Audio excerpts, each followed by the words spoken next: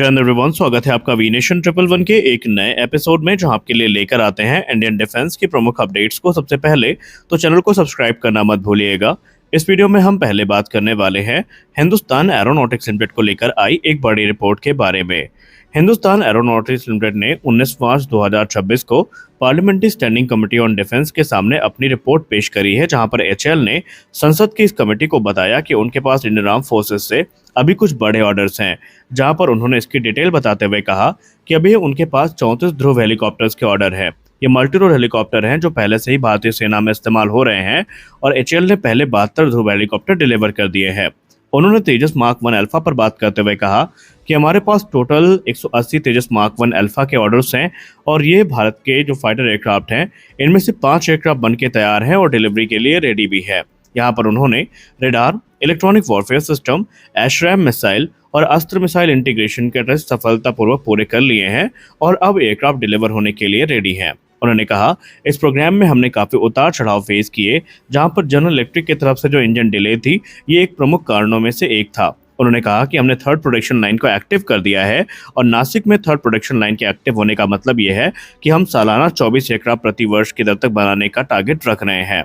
इसके अलावा उन्होंने ये भी कहा कि हमने 15 LCS प्रचंड हेलीकॉप्टर डिलीवर कर दिए हैं और अभी हमारे पास 156 हेलीकॉप्टर्स का ऑर्डर है और इन ऑर्डर्स की डिलीवरी हम जल्दी से जल्दी शुरू करने का प्रयास कर रहे हैं। क्रमशः ये ऑर्डर इंडियन आर्मी और इंडियन एयरफोर्स से उनको प्राप्त हुए हैं। इसके अलावा उन्होंने ये भी कहा, एचएएल की तरफ से कहा गया कि हमारी जो ऑर्डर बुक है इस समय काफ़ी मजबूत है और हमारे पास इस समय 2,22,182 करोड़ रुपए के जो प्रोजेक्ट हैं वो चल रहे हैं, जो मार्च 2034 तक डिलीवर किए जाएंगे। इसमें तेजस मार्क 1 अल्फा, STT-40, डॉर्नियर 228 जैसे जो विमान हैं वो शामिल हैं। तो ये रिपोर्ट जो है ये एचएएल की तरफ से parliamentary standing committee on defence को सौंपी गई है। अगली रिपोर्ट में हम बात करने वाले हैं रिटायर्ड लेफ्टिनेंट जनरल राज शुक्ला सर के कमेंट के बारे में, जो कि उन्होंने ड्रोन वॉरफेयर को लेकर दिया है। उन्होंने कहा कि भारत को शाहिद जैसे तकरीबन 1 लाख जो ड्रोन्स हैं इनका निर्माण करना चाहिए और इसके साथ जो इंटरसेप्टर सिस्टम है इनका निर्माण भी करना चाहिए। उन्होंने कहा कि अगर आप शाहिद टाइप ड्रोन्स को गौर से देखें तो ये कामिकाजी ड्रोन टारगेट पर जाकर खुद को एक्सप्लोड कर लेते हैं और इनकी खासियत ये है कि ये काफ़ी सस्ते होते हैं, लॉन्ग रेंज तक जा सकते हैं, टेक्नोलॉजी इनकी काफ़ी सिंपल होती है और हम इनका मास प्रोडक्शन भी कर सकते हैं। और यही कारण है कि मॉडर्न वॉरफेयर में इस प्रकार के ड्रोन्स गेम चेंजर बन चुके हैं। उन्होंने कहा कि कुछ $1000 के जो ड्रोन हैं इनको तबाह करने के लिए आज जो मॉडर्न एयर डिफेंस सिस्टम है वो $1 मिलियन की मिसाइल को फायर करते हैं, यानी कि दुश्मन का सस्ता ड्रोन भी लंबे समय तक जो एनिमी है उसको जो महंगी मिसाइल सिस्टम है वो यूज़ करने पर प्रोहिबिट करेगा। और इसीलिए उन्होंने सुझाव दिया कि भारत को कम से कम 1 लाख ड्रोन्स का निर्माण करना चाहिए और इसमें जो शेषनाग 150 जैसे ड्रोन्स की डिज़ाइन है वो यूज़ हो सकती है। उन्होंने ये भी कहा कि जितना इंपॉर्टेंट हमारे लिए ड्रोन्स हैं उतना ही इंपॉर्टेंट हमारे लिए एंटी ड्रोन सिस्टम भी है और हमें इनको विकसित करना चाहिए ताकि दुश्मन के ड्रोन स्वार्म्स को रोका जा सके। उन्होंने कहा कि इस चीज़ को आप बहुत डिले नहीं कर सकते, बल्कि ये प्रोग्राम आपको जल्दी करना होगा। उन्होंने ये कहा कि 2027 तक भारत ये सुनिश्चित कर ले कि ड्रोन मैन्युफैक्चरिंग के लिए, खासकर मास प्रोडक्शन के लिए जो कैपेबिलिटी है ये विकसित हुई है, क्योंकि उन्होंने कहा कि वॉर का नेचर काफ़ी तेज़ी से बदल रहा है। अगर आप यूक्रेन वॉर देखें या फिर आप जो ईरान और इसराइल की वॉर देखें तो यहाँ पर ड्रोन्स ने जिस प्रकार की तबाही मचाई है उससे कोई इनकार नहीं कर सकता। उन्होंने कहा, आज का मॉडर्न वॉरफेयर सिर्फ फाइटर जेट और टैंक से नहीं जीता जाएगा, बल्कि ड्रोन्स, AI सिस्टम और स्वार्म अटैक काफ़ी बड़ी भूमिका निभाएंगे। इसीलिए क्वांटिटी और अफोर्डेबिलिटी हमारे लिए बहुत इंपॉर्टेंट हो गया है। देखिए, वैसे तो भारत में वैसे भी प्राइवेट कंपनियां प्रोडक्शन बढ़ा रही हैं और AI बेस्ड ड्रोन बन रहे हैं जो कि 1000 किलोमीटर तक मारक क्षमता रखते हैं, यानी कि हम कैपेबिलिटी तो रखते हैं, बस सही है कि सही पॉलिसी और एग्जीक्यूशन स्पीड इसको मिल जाए। अपनी अगली बड़ी रिपोर्ट में हम बात करने वाले हैं भारत और फ्रांस के बीच में चल रहे राफेल डील को लेकर एक बड़े नेगोशिएशन के बारे में। दरअसल इस समय भारत सिर्फ एयरक्राफ्ट को खरीदने पर बात नहीं कर रहा है, बल्कि कंट्रोल और इंडिपेंडेंस की लड़ाई भी लड़ रहा है। भारत ने फ्रांस से कहा है कि उन्हें राफेल फाइटर एयरक्राफ्ट का सोर्स कोड भी चाहिए और इंटरफेस कंट्रोल डॉक्यूमेंट यानी ICD भी चाहिए। इसका मतलब ये है कि अगर भारत को सोर्स कोड मिला तो भारत खुद एयरक्राफ्ट के सॉफ्टवेयर को मॉडिफाई कर सकता है, नए वेपन्स को इंटीग्रेट कर सकता है, अपग्रेड कर सकता है, वो भी फ्रांस पर बिना डिपेंड हुए। और ICD से भारत को ये पता चलेगा कि एयरक्राफ्ट के सिस्टम आपस में कैसे कनेक्ट होते हैं, यानी कि इंटीग्रेशन काफ़ी आसान हो जाएगा। लेकिन फ्रांस पूरा सोर्स कोड देने के लिए रेडी नहीं है। वो इस समय APIs और SDKs ऑफर कर रहे हैं। मतलब ये है कि इंडिया सिस्टम बना सकता है, लेकिन एयरक्राफ्ट का जो कोर कंट्रोल है वो फ्रांस के पास ही रहेगा। आसान शब्दों में आपसे बताएं तो फुल एक्सेस नहीं मिलेगा, भारत को लिमिटेड एक्सेस देने की बातचीत चल रही है। अब इसमें रिस्क है, क्योंकि अगर भारत को फुल एक्सेस नहीं मिला तो फिर हर अपग्रेड के लिए फ्रांस पर डिपेंड रहना पड़ेगा। इंडिजिनस वेपन इंटीग्रेशन मुश्किल हो सकता है और लॉन्ग टर्म में जो डिजिटल डिपेंडेंसी है वो काफ़ी ज़्यादा बन जाएगी।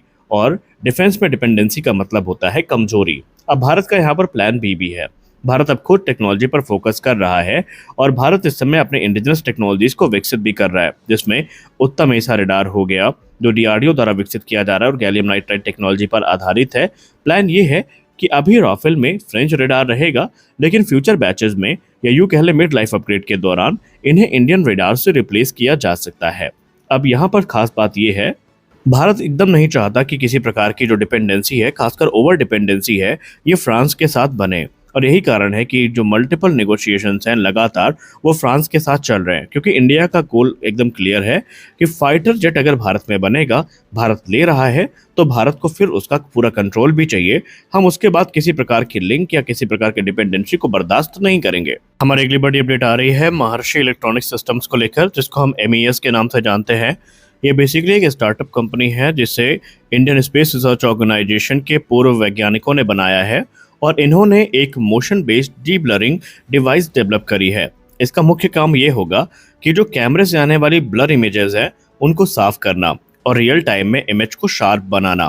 पहले समस्या ये थी कि ड्रोन या फाइटर जेट से जब हाई स्पीड पर हम कैमरा से फोटो क्लिक करते थे तो कैमरा में वाइब्रेशन और कई अलग अलग फैक्टर्स की वजह से इमेजेस में मोशन ब्लर आ जाता था। इससे प्रॉब्लम ये होती थी कि टारगेट क्लियर नहीं दिखता था, एनिमी की सही पहचान बहुत मुश्किल होती थी और मिसाइल गलत टारगेट पर भी हिट कर सकती थी। और इसके लिए ये जो डिवाइस विकसित करी गई है ये बहुत बड़ी भूमिका निभाएगी। ये इमेज डेटा को रियल टाइम प्रोसेस करती है, मोशन ब्लर को रिमूव करती है, शार्प और हाई रेजोल्यूशन की जो इमेज है वो प्रदान करती है। जैसे कि आप मान लीजिए कि कोई भी डिटेल हो गई, जैसे कि व्हीकल नंबर प्लेट हो गई, एनिमी एयरक्राफ्ट डिटेल्स हो गई, बंकर या रडार सिग्नेचर हो गया, सब क्लियरली दिखने लगता है। अब इसका इस्तेमाल कहाँ होगा? बेसिकली इसका जो इस्तेमाल होगा तो वो ड्रोन और एयरक्राफ्ट सर्विलेंस में किया जाएगा, जहाँ पर हमें हाई रेजोल्यूशन जो इमेजेस है वो प्राप्त होंगी।